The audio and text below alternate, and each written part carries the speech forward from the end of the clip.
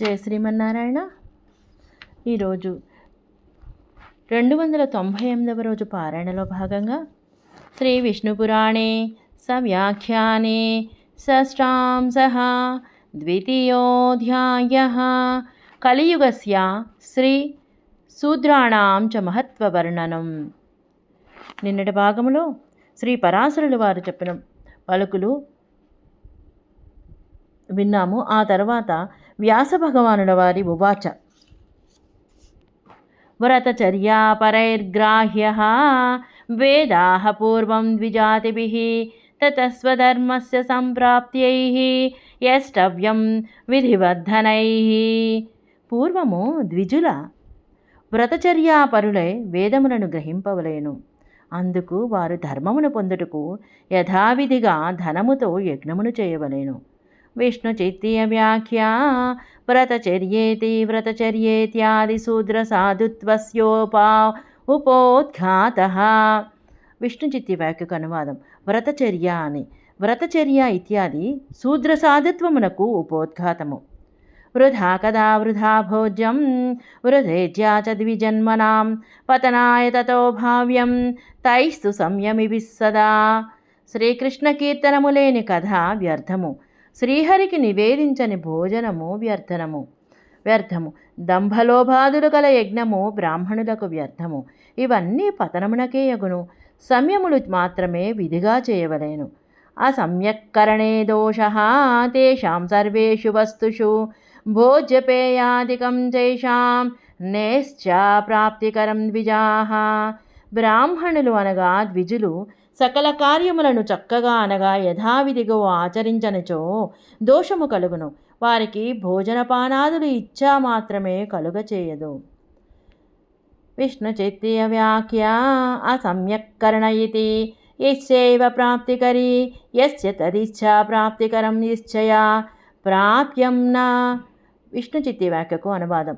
అసమ్యక్కరణే అని ఇశ్చయే పొందునది అని, ఇచ్ఛా ప్రాప్తికరం అంటే అర్థము ఇచ్ఛతో పొందుట కాదు.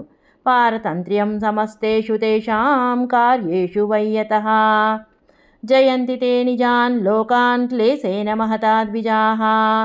ద్విజులకు సకల కార్యములందు శాస్త్రవిధి పారతంత్ర్యమే అట్టివారు గొప్ప క్లేశములతో తమ లోకములను పొందెదరు.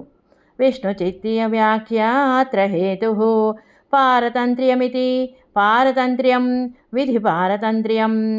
విష్ణు చిత్తి వ్యాఖ్యకు అనువాదం. ఇందులో హేతువు పారతంత్ర్యం అని, పారతంత్ర్యం అనగా విధి పారతంత్ర్యం.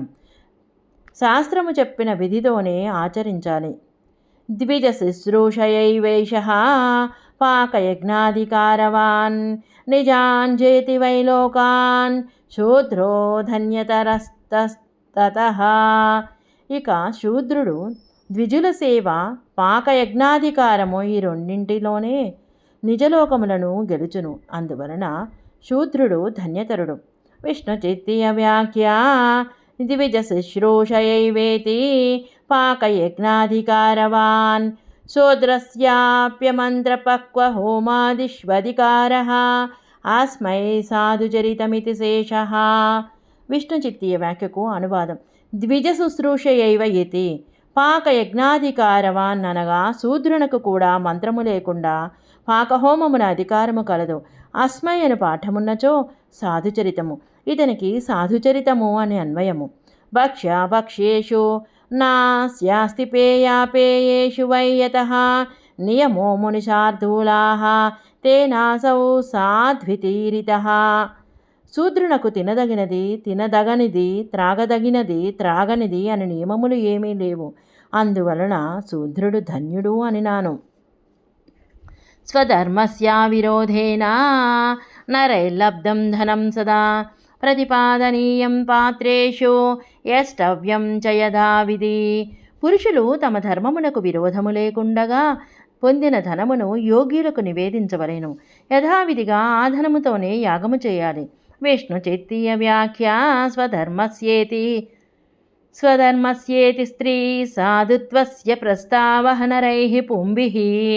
విష్ణు చిత్తి వ్యాఖ్య అనువాదం. స్వధర్మస్య అనునది స్త్రీ సాధుత్వమునకు ప్రస్తావన.